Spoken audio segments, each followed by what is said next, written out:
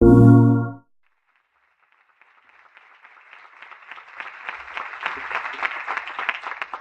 morning. I think that's the first time I've ever been compared to David Beckham. So thank you for making time to listen to my talk today. And before I get to what I'm sure is the most interesting topic to you, the creation of PlayStation 4, I'd like to tell you a little bit about my experiences before I started working at Sony Computer Entertainment. To put it briefly, I've been making games professionally for 31 years, starting in the arcades and then moving to the consumer side of the business. I'm bilingual. The other language that I speak is Japanese. And I'm married to a very nice lady. We'll be celebrating our 25th anniversary next year. Now, something unusual about my background is, even though I've worked on over 30 games over the years, they've all been first-party titles or close to being first-party titles. None of the games here are multi-platform. And also, I've always been attracted to the extreme high-tech end of the business. If you go back enough years, these games don't seem particularly high-tech. They look quaint. But that's just a testament to how rapidly technology evolves over time. It's particularly staggering to think about how much technology has changed since 1964, the year I was born. That's basically a 50-year span. The hot new technology in the United States that year was the color television. Only 1 in 30 households had one. And we were ahead of the rest of the world. In Europe and the UK, there were no color televisions, and there was no broadcasting in color at all at that time. I was also born at a time before commercial video games. Commercial video games didn't appear until 1971 in the form of Pong. And to be honest, I wasn't particularly attracted to the early arcade and home games. There just wasn't enough depth there for me. And so I ended up spending a lot more time with paper RPGs, such as the original Dungeons and Dragons. And I'd also been programming quite a bit, not on home computers. In 1978, for example, less than 1% of households had a home computer, and they would have cost more than annual tuition at a nice private school. Instead, I'd been using the mini computers at the local science museum and the nearby university. And it occurred to me that a lot of what we did in paper RPGs, roll dice, take damage, would be so much easier to do on a computer. So I set out with my brother to build a real-time, story-driven 20-hour RPG in 1978. And we weren't satisfied with the kind of graphics you ultimately saw in Ultima or Wizardry. We wanted to create a full 3D adventure with these virtual worlds rendered from the player's perspective.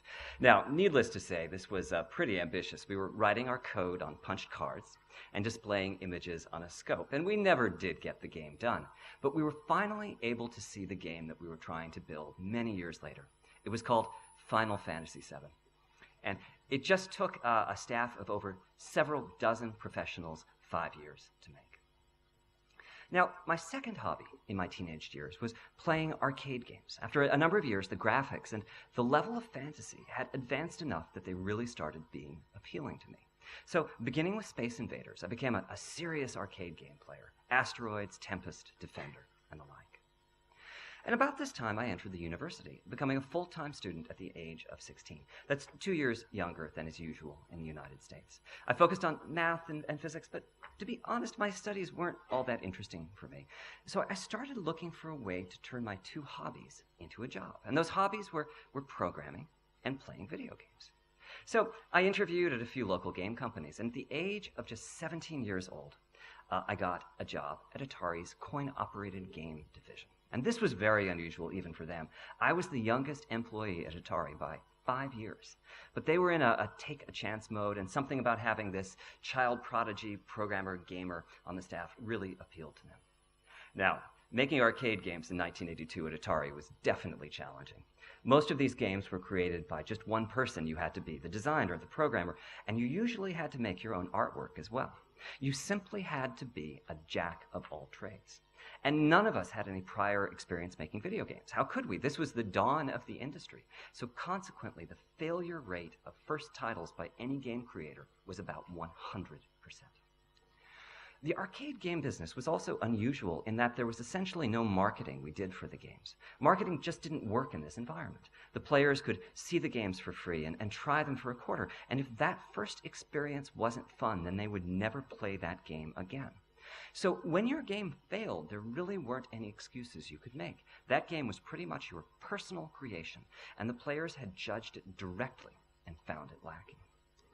Now, there were a few people at Atari, such as Ed Logg or Dave Toyer, who'd figured out how to make a top-selling arcade game. These were my personal heroes, the creators or co-creators of games such as Missile Command or Tempest. It was great to talk to them, but unfortunately, the skills that they used in creating hit titles weren't something they could easily communicate. So we each had to puzzle out how to make successful games on our own. We were also, at the time, struggling with the market crash. The arcade games business was in tremendous financial difficulty. The sales of coin-operated arcade games had actually hit their peak in the year before I joined Atari, and during my time there, we were trying to cope with the fact that we'd already completely saturated the market with games. And they were everywhere, not just arcades, but convenience stores and supermarkets as well. Operators stopped buying them. Sales dropped by a factor of 5 or so, and we had mass layoffs. And I ended up leaving leaving Atari in 1985 to join Sega. And by the next year, I moved to Japan and started making console games with their team in Tokyo. Now, Sega was trying to break into a market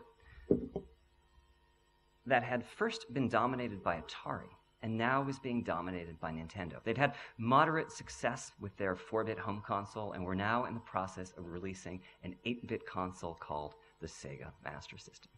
And one sign of the times was that there were essentially no third parties. A few titles were made by our one software collaborator. That was a company called Sunsoft. But other than that, the entire lineup for the Master System was being created by a 40-person internal team. And we were busy. The typical title was created by just 2 people, a programmer and an artist, in just 3 months. Almost none of the Sega talent spoke English, and I ended up learning quite good Japanese simply as a matter of survival. Now, the president of the company at the time had a fairly odd philosophy. He felt as if title quality was more important than title quality. In other words, the NES, which was the Nintendo console at the time, had 80 games for it. The Sega Master System had 40 games for it. And he felt that the path to success was to make our software lineup larger than Nintendo's. And that turned out about as poorly as you can imagine. In the United States, we ended up with a 4% market share to Nintendo's 94%. In fact, none of the games we created were truly successful until the president changed his philosophy and put 5 times the usual resource into just one title. And that was, of course, Sonic the Hedgehog, which was Sega's first million seller. Now, after 7 years with Sega, I joined a startup called Crystal Dynamics. I was the first member of the first game team. And one of the main reasons I joined was that they would be doing very early development for a console called the 3DO Multiplayer, which we all thought would be the console that made 3D graphics possible. And to be clear, when I say 3D graphics, I just mean the graphics in a modern video game, like an FPS or an adventure game. Because in 1992, when I joined Crystal Dynamics, virtually all console games were side-scrollers or had top-down views or the like. And Crystal was an incredible place to work. We had a lot of fun. And at the same time, at least in the early years of the company, we just weren't that good at making the games. We had Sega's bad habit of valuing title quantity over title quality. And we learned all the wrong lessons from Electronic Arts. We created massive technical design documents and game design documents that were ultimately meaningless. And to be honest, at the time too, I too believed that massive design documents and detailed schedules were part of the proper and efficient way to make games. But I did start to notice that these documents wouldn't even last a month without needing to be rewritten. It appeared to me as if certain aspects of the process of game creation were simply unschedulable and untrackable. And I began to wonder if there wasn't a better way to make games.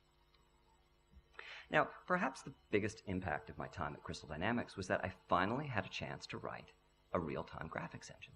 And being an engine programmer for the first time was definitely a learning experience. Unfortunately, one of the first things I learned was that the 3DO hardware was simply too underpowered to provide much of a gaming experience, whether it was 2D or 3D. It was quite disappointing.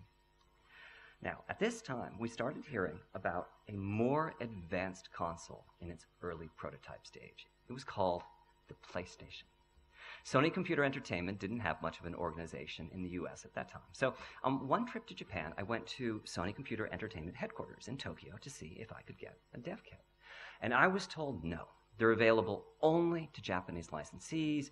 English language contracts haven't even been created yet. So I said, that's fine. Just think of Crystal Dynamics as a Japanese licensee. And I signed the Japanese contract.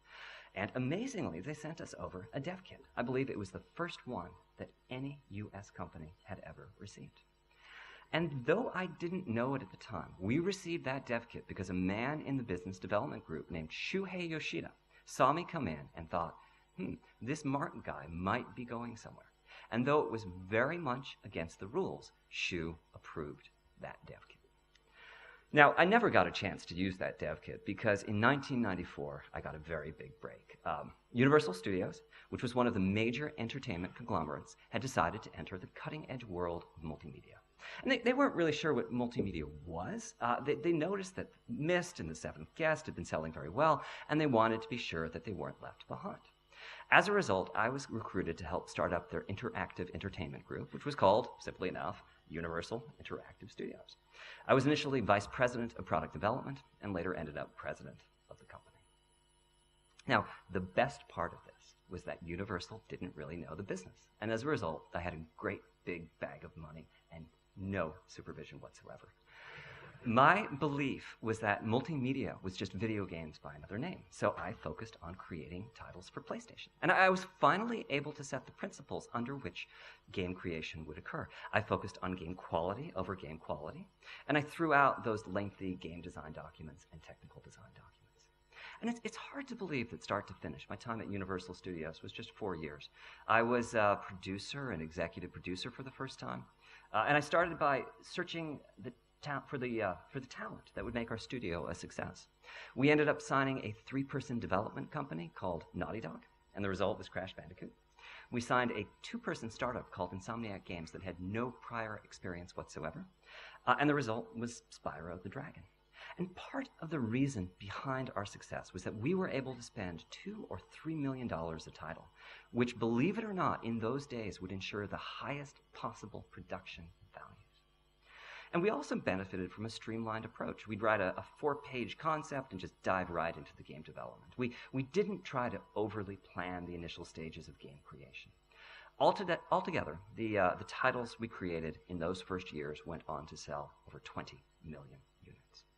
Now, these were PlayStation titles, and as such, we didn't have much of a sales and marketing organization of our own. We ended up licensing distribution rights to Sony Computer Entertainment, and Ken Kutaragi hand-picked the producer who would work on us for Crash Bandicoot, which, let me tell you, made me quite a bit nervous. But as an amazing coincidence, it turned out that the producer was Shuhei Yoshida. So Shu, who had sent me that first dev kit in the US because he thought I might be able to do something exciting with it, was indeed correct, because Crash Bandicoot became the top-selling brand for PlayStation. But Shu did have a lot to do with that himself. We never would have been a hit title in Japan without his guidance. One other fun note from these early years is that there was a group of us I always thought of as the Three Musketeers. In 1998 or so, Shu was heading up product development in Japan. Andy House was head of marketing for Sony Computer Entertainment America. I was producer on the titles, and the three of us were almost exactly the same age. We were born within a year of each other. And we must have been just 34 or 35 at the time, which seems incredibly young when I look back at it now. So when their contracts expired, Naughty Dog and Insomniac decided to work directly with Sony Computer Entertainment. And I had a difficult decision to make. Should I follow them? Or should I stay on as president of Universal Interactive Studios and rebuild?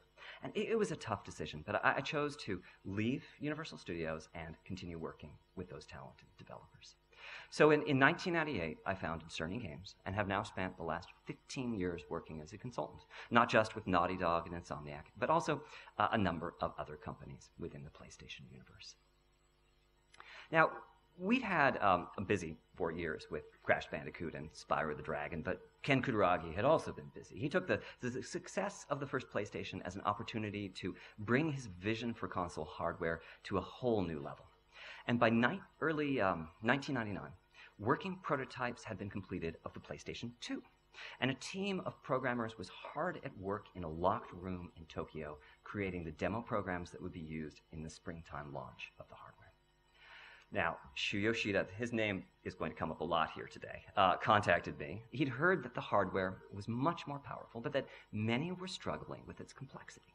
And he wanted to make sure that Naughty Dog and Insomniac, who would be creating early titles for PlayStation 2, got off to as fast a start as possible.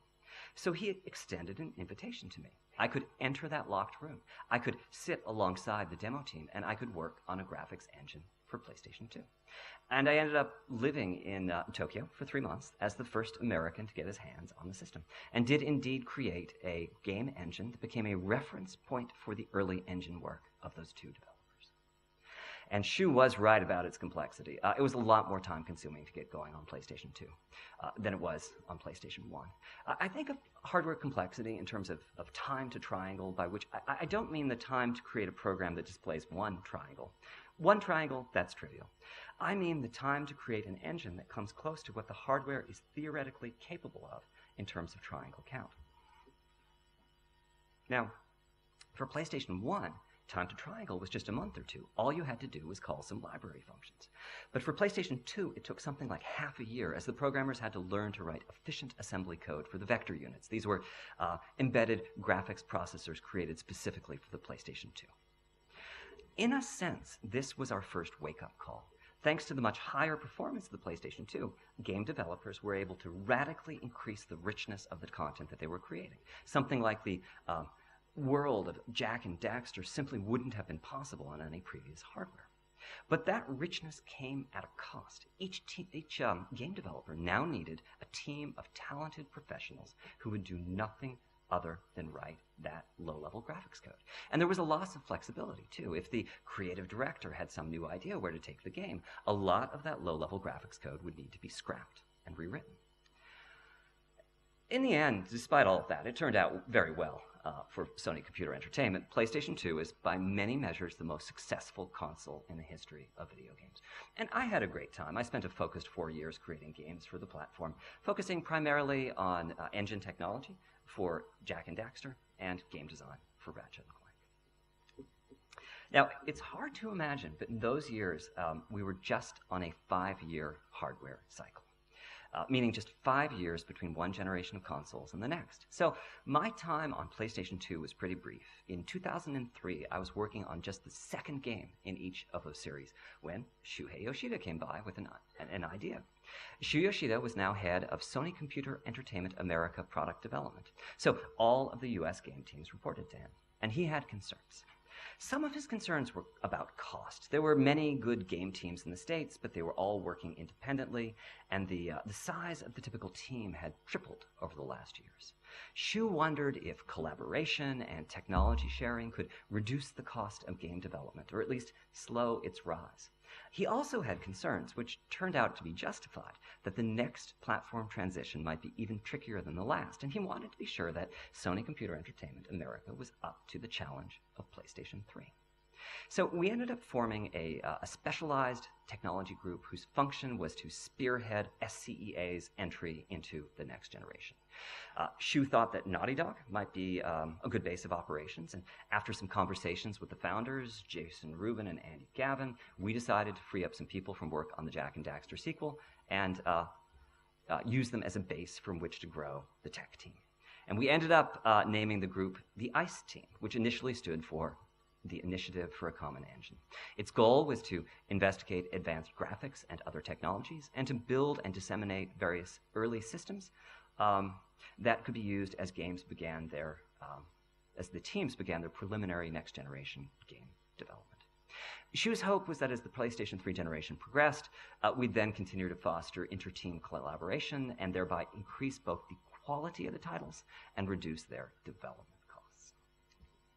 Now, even though we knew nothing about PlayStation 3 at the time, we suspected that the transition from PS2 to PS3 would be challenging. We could tell by looking at the PC graphics world that a revolution of sorts had occurred. Something called programmable shading was now possible. And what this meant was that a program could be run on every pixel of the game scenes, which opened up a lot of potential, but also meant that our approach to graphics needed to be scrapped and rewritten. So we on the ICE team definitely had a lot to study up on. There was another part to Shu Yoshida's plan as well. On PS1 and PS2, the hardware team had worked in complete isolation. They conceptualized the design, they laid out the circuitry, they built prototypes, they wrote documentation. And when the hardware was complete, they would pass that documentation off to developer support, who would brief the teams. There was essentially no communication whatsoever between the hardware team and the game teams. For PlayStation 3, Shu Yoshida had amazingly gotten approval to embed ICE team members with the hardware team in Tokyo, meaning that we would sit side by side with them as the hardware was being designed and learn the details of what was being created. The idea was that by breaking down this barrier between game and hardware teams, would be able to start our game development work at least a year earlier. And as for who would join that hardware team, Shu's first choice was me. I was bilingual, working with a number of the game teams already, and I'd done something similar for PlayStation 2. So in the late summer of 2003, I went to Tokyo and entered the Sanctum Sanctorum, the top secret facility where the future of Sony computer entertainment was being planned. And my big surprise was that the hardware team was a half dozen engineers in a mid-sized room in one of the many Sony buildings. I guess I'd expected something from a James Bond movie, or maybe an elite high-tech facility of sorts. But that was the first lesson for me. These kinds of projects are driven by just a few people with a vision. And all they need to do the basic hardware design work is desktop PCs. Now, at that time, the design of Cell was done, and the hardware team was hard at work on the graphics processor that would complete the system. So the hardware team leader said to me, Mark, here's documentation on Cell, here's a simulator, let us know what you think you can do with it. And it turns out this was a bit of a test. I'll get to that in a minute. At any rate, Cell was Ken Kutaragi's brainchild, and the SPUs in Cell are like a supercomputer on a chip. They have high performance, but to get that performance, you have to master their very high complexity. What you need to do is pick a small objective, maybe just a single short loop that does some fairly simple processing. Then you break it down into various sub-operations. And finally, you need to solve a puzzle, how to optimally perform those sub-operations on the hardware. If you can do it, the result is tremendous performance. But as a programmer, it's kind of like solving a Rubik's Cube. And it's pretty much like that the first 100 times you sit down to write a program. In other words, the SPUs had huge potential, larger than any conventional CPU, but a correspondingly huge effort was required to unlock that potential. Now, this was, as I said, a test of sorts. The hardware team had to compare the overhead of having me around with the possible benefits that come with increased understanding of how the hardware will actually be used in game projects. And at the end of the month, that first month, they had me give a formalized presentation showing what I'd been able to accomplish with the SPUs. I had a number of programs working. I'd made quite good progress on understanding how to use the SPUs, and I think I even managed to surprise the hardware team a little bit. So you could say I passed the test. I'd also really enjoyed that month, too. I love puzzles. But, and I'm ashamed to say this, I wasn't thinking about the practical reality of making a game using SPUs. And I never imagined that the cost of Cell would be one of the factors that caused PlayStation 3 to ship at a price of $599. I was just staying focused on the task at hand, which is trying to figure out how best to use the chip that had already been designed. Now, my reward for passing the test is that when I came to work the next day, there was another manual sitting on my desk. It described the details of the GPU that the hardware team was in the process of designing. And this was the start of a long collaboration between the hardware team and the ICE team. Basically, I and a few others would shuttle back and forth between the US and Japan. When in Tokyo, we'd learn about the hardware being built and try writing code for it in emulation to test our understanding. When in the US, I'd work with the other ICE team members to design a software architecture that could be used in the first-party games. And this was an exciting time, but it was also a scary time. It was exciting because the technology was so new, and if used properly, it was so powerful. It was scary because it was hard to figure out how to do the most basic tasks on the hardware. At any rate, after a year or so of this, at which point our little team had grown to more than a dozen programmers, we started to have confidence that we'd done it. We'd cracked the code, we'd solved the puzzle, we'd figured out how to make games on the hardware. We were happy. We were happy because there was now the potential for some fantastic titles to come out of first-party teams in the US. And we were also happy because we had a tremendous lead over every third-party team that would try to make games for the platform. The third parties hadn't been even briefed yet, let alone started work on their PlayStation 3 engines. Our feeling was that Electronic Arts and Rockstar better watch out. Our proprietary first-party systems were going to show them who had the right stuff. Now, this was, of course, completely the wrong attitude. But at the time, we just didn't know any better. We were all working on behalf of Sony Computer Entertainment's US game teams, and we were just thinking about our individual game titles. We weren't thinking about the platform at all. So by this time, it was already early 2005, and the hardware launch was set for holiday 2006, less than 2 years away. Our focus changed from creating shared technology to trying to develop launch and launch window titles. And we had to come face to face with a very tough fact. It was going to be quite difficult to create those titles. One problem that surfaced at this point was that the emphasis had been, for those first few years, 99% hardware and 1% software. PS3 hardware was now close to a reality, but the game teams lacked many of the tools necessary to create their titles. There was no quality debugger for the SPUs, there were no GPU debug or performance analysis tools, there was no level graphics driver. The entire development environment was in a very primitive state. The first-party teams were having a hard time of it, but the third-party teams, without the luxury of just being able to focus on PlayStation 3, and without the benefit of our early start, were having an even more difficult time of it. Another problem was that time to triangle had taken an enormous leap. The teams that I worked with in first party needed basically an entire year to create usable graphics engines. The sky-high expectations for the game titles could only be met through clever use of SPUs, but both the unique nature of Cell and the primitive state of the development environment meant that game creation on PlayStation 3 was more time-consuming than any previous platform. Now, fortuitously, due to the more open nature of the PS3 development process, the various tech teams, such as the ICE team, were already fully briefed on the hardware and, in fact, had quite a bit of experience with it. So these teams had the knowledge and resources to start independently creating various tools and technologies to make PS3 game development easier.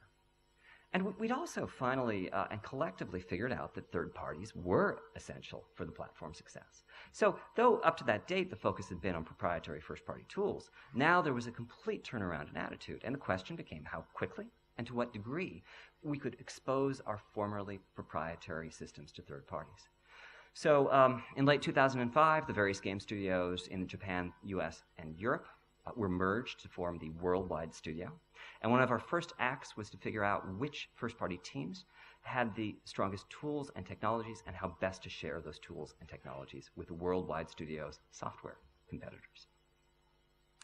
So PlayStation 3 did ultimately launch in 2006, and though we couldn't address all these issues in time for launch, which resulted in a weak lineup, we came out of this difficult time with some strengths. Those 3 years around launch, 2005, 2006, 2007, are our unifying experience at Sony Computer Entertainment. Anyone who lived through those times understands the need for international collaboration, the value of frank and open conversation. The franker the better, we're all in this together. The importance not just of hardware, but also software and tools, and the vital role of third parties in the success of the platform. Conversations that would have been impossible to have in 2004 were just an everyday way of doing business by 2008. So, after PlayStation 3 shipped, the hardware team immediately started working on reducing the manufacturing cost of the console, and in 2007 they also began a post-mortem analysis of PlayStation 3, what had worked and what hadn't, with the goal of beginning to determine the basic direction to take with the next console. In other words, this was the initial step in the creation of PlayStation 4. And for the first time in Sony Computer Entertainment's history, this process was inclusive and collaborative. The ICE team and other tools and technology teams were invited to participate. Now, the most obvious path forward was to continue to use Cell. Though the learning curve had been steep, it was clear that mastery of SPUs was leading to some amazing titles like Uncharted Drake's Fortune. So it was definitely an option to continue using Cell, perhaps even enhancing it to making it more powerful or easier to use. But there were other options too. We could move to a more conventional architecture with just a CPU and a GPU. If we went with that approach, choosing a CPU would be a very big deal because that would determine which vendor we worked with and thereby determine pretty much every aspect of our project: timeline, business structure, development cost, and the like. So there were two main possibilities for CPU. The PowerPC architecture that we used in PlayStation 3 and Cell, and the x86 architecture used in pretty much every modern PC. And the conventional wisdom, as expressed by a number of the first-party game programmers, was that the x86 architecture was unusable in a games console. And I took this very seriously. A console needs to be competitive with a much more powerful PC. And if game programmers need the more straightforward PowerPC architecture to make that happen, I understand. I just wondered if this was true. Because the potential design space of PlayStation 4 was going to be pretty limited if we couldn't use the x86 CPU. So I spent my November holiday in 2007 researching the 30-something year history of the x86 all the way from its creation in the 1970s up through the most recent enhancements. And my conclusion was that the conventional wisdom had been correct, but progressive enhancements by Intel and AMD had finally resulted in something that the console programmers could embrace. And then I started thinking, I just sacrificed my holiday to investigate some philosophical point for a console that I'm not really assigned to be working on, that won't be released for 5 years. That's passion, that's enthusiasm. Maybe I should consider working on this project more deeply. And then I started thinking about my skill set. I've been a designer and a generalist programmer when I was making games at Atari. I'd become fluent in Japanese through my years at Sega. I'd programmed graphics engines at Crystal Dynamics. I'd worked as a producer and executive producer in my time at Universal Studios. And I was certainly willing and able to travel. And I began to believe that I had the experience and necessary expertise to make a larger contribution. Because whoever led that next generation effort was going to need to have most of those skills. That person needed to be deeply technical, like an engine programmer, but at the same time, that person would need to understand the larger process of creating games, like a producer. And given the Japanese nature of the company and the broad geographical distribution of the various technology teams, it was going to be necessary to be bilingual and ready to travel as well. And so I knew it was a bit audacious, but I went to Shu Yoshida and I pitched him on the idea that I would be lead architect on PlayStation 4. And I asked him if he thought this would be possible. And to my amazement, Shu said yes. So I went to the Worldwide Studios head at that time, who also agreed. So I went to Masa Chitani, who was he was the CTO of Sony Computer Entertainment at the time. And to my amazement, Masa agreed. He said yes, but I would have to leave the Worldwide Studio and work through Sony Computer Entertainment headquarters instead, because that, of course, is where the hardware project would be located.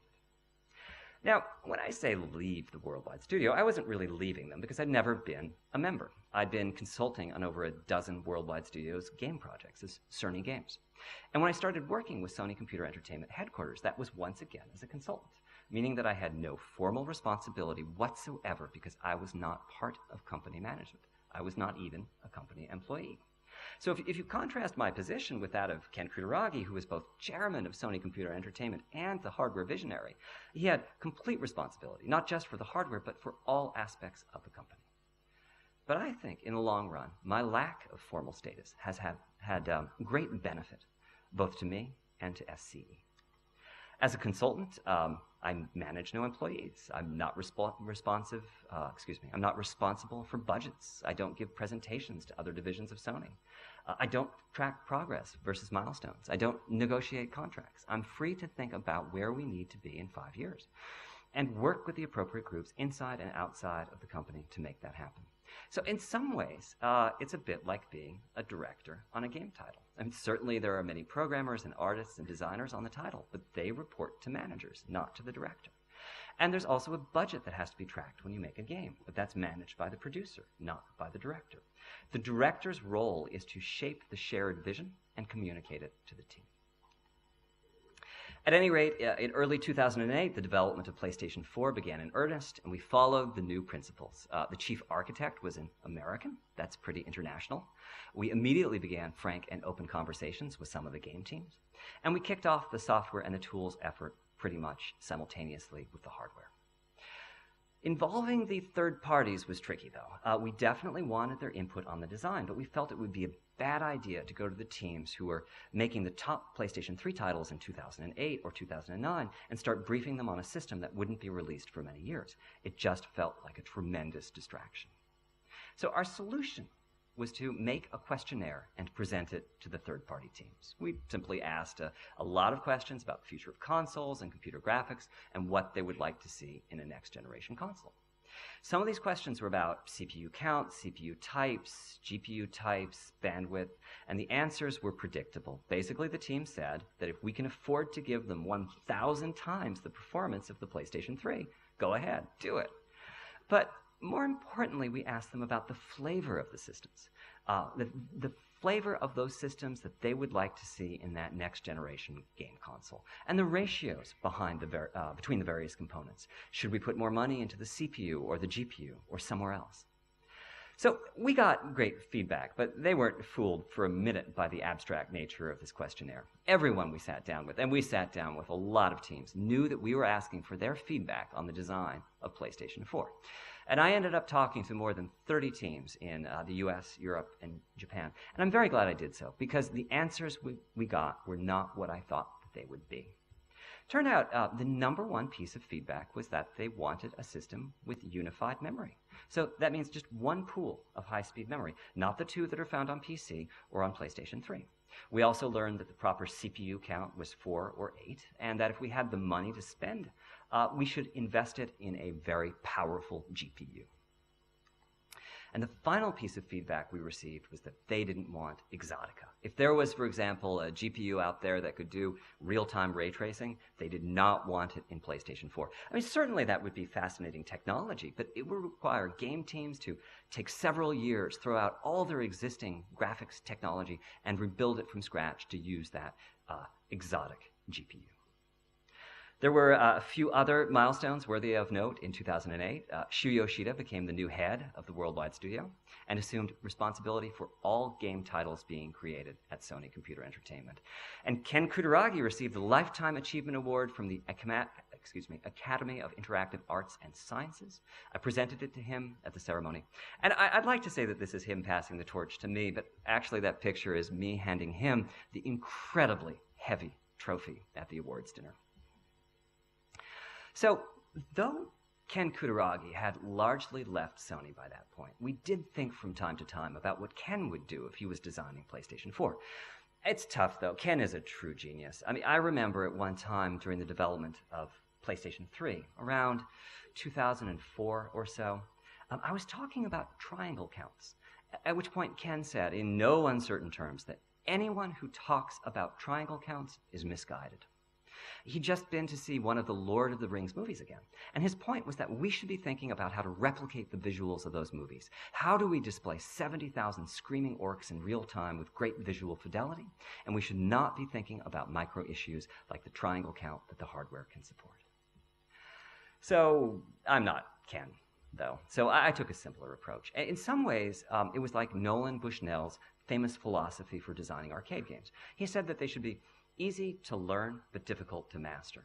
By that, he meant that anyone should be able to put a quarter into that arcade machine and have fun playing it immediately, but that there needed to be enough depth to the game that it would take months for the players to fully develop their skills and to master it.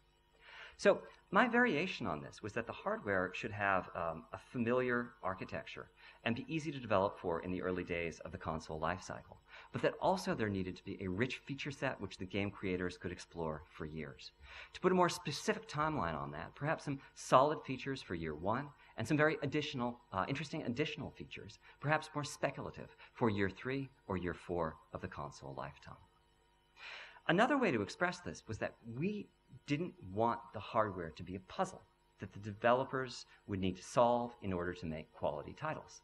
And just to give a specific example, this gets technical very quickly, please forgive me. The architecture that we ended up for PlayStation 4 uses a 256-bit bus and a type of memory found in top-of-the-line graphics cards called GDDR5. And the combination of this wide bus and this fast memory gives us 176 gigabytes per second, which, and many of you will have to take my word for it, is quite a lot. So with that much bandwidth, straightforward programming techniques usually result in some pretty impressive graphics. Now, we knew that there was an alternative architecture that would be a bit easier to manufacture. In this architecture, we would use a narrower 128-bit bus, which would drop the bandwidth down to 88 gigabytes per second, which is not particularly good in next-generation terms, and therefore would really hurt the graphic performance. So we'd then use some very fast on-chip memory to bring the performance back up. If we used EDRAM for this on-chip memory, we knew that bandwidths of as much as 1 terabyte per second, that's 1,000 gigabytes per second, would be achievable. The catch, though, is that the on-chip memory would need to be very small, and each game team would need to develop special techniques in order to manage it. So to compare these two architectures, the one on the left has 176 gigabytes per second for any access. The one on the right has 88 gigabytes per second if the data is in system memory, or 1,000 gigabytes per second if the data is in that tiny EDRAM. And at first glance, the architecture on the right looks far superior to the one on the left. Sure, it takes a while to figure out how to use it, but once you understand how to use that little cache of EDRAM, you can unlock the full potential of the hardware. But to our new way of thinking, the straightforward approach on the left is definitely advantageous. It gives us excellent day one performance, and we can find other features for the programmers to explore in later years. So in other words, it may be counterintuitive, but 176 is much larger than 1088. So here you can see the impact that the straightforward and familiar architecture of PlayStation 4 has had on Time to Triangle. It's basically back to where it was on PlayStation 1. It's great to be able to leverage the fact that almost all third-party teams already have a sophisticated graphics engine that runs on PCs. And the familiar architecture has also been of great benefit to indie developers. Not only are titles much easier to bring to PlayStation 4, but conceptually driven titles can be created on PlayStation 4 without any significant time spent on studying the tech details of the platform. Now, as I said earlier, we've also worked hard to ensure that the console has a rich feature set, which will allow it to grow over the years and support the overall evolution of gaming. And our work there on that rich feature set focused on making sure that for those teams that were interested in investing the time, the GPU could be used for far more than conventional graphics. Principally, we enhanced the GPU to make the use of asynchronous fine-grained compute practical on the platform. So the asynchronous refers to how the GPU will be doing many tasks not directly related to graphics.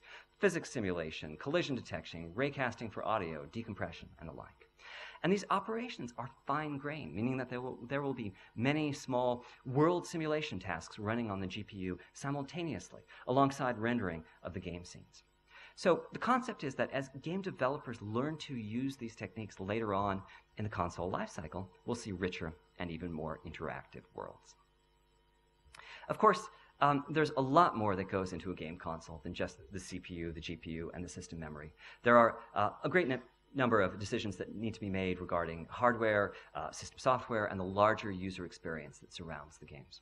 Part of our strategy for reconciling the many differing opinions in these areas has been to adopt a fundamentally developer-driven process. What that means is that when there are important decisions that need to be made, we run them by our collaborators in first and third party. Even when opinions seem unanimous internally, I still tend to give presentations to the game teams explaining the rationale for the decisions we're making. Now, I'm sure you're hearing this and you're thinking that talking to developers and listening to their feedback sounds pretty simple, but the truth is it's quite a bit more complex than that. The first reason is that the people you want to be talking to are the best of the best, the lead engineers at world-class companies such as EA, Ubisoft, Rockstar, Activision, Capcom, and the like. And in order to be able to have sustained conversations with these busy people, you have to demonstrate that your technical understanding is of a comparable level to theirs. So part of our strategy here was to prepare extraordinarily detailed presentations. That's where we show our passion for technology and our expertise. And doing all of that preparation also helps address another issue, which is that you don't ever want to be in a position of not being able to answer a question. Then you need to get on the road with your 500 PowerPoint slides and do that 8-hour presentation for the developers, which I've done, for example, in the summer, in Tokyo, in Japanese, in a room with no air conditioning, standing up and holding a heavy microphone. Your whole body aches the next day. And then you have to be prepared for any reaction at all. I wasn't there for the famous meeting when one of our developers said, if the PlayStation 4 doesn't have 8 gigabytes of memory, then Sony is dead. But I have flown thousands of miles to get booed by the audience in the middle of a presentation. It's tough, but it's eye-opening too. That is the sort of passion that lets us know when we're on the wrong track and need to come up with a new direction.